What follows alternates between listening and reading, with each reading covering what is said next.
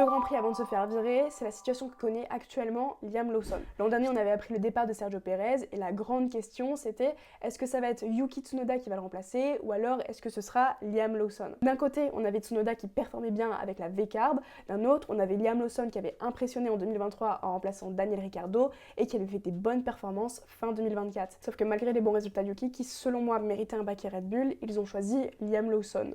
Sauf qu'il n'est pas du tout à la hauteur, du moins pas pour Red Bull, qui ne laisse aucune chance à ses pilotes d'échouer. P20 en qualif en Australie, il finit par abandonner la course, éliminé en SQ3 et en Q3 en Chine, il ne marque aucun point du week-end.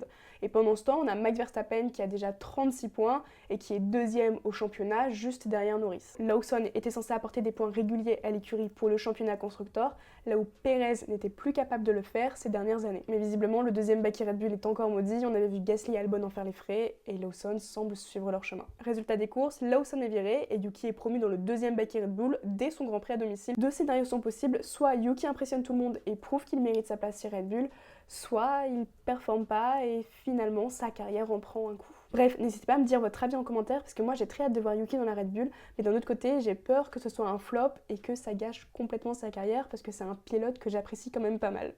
Donc voilà,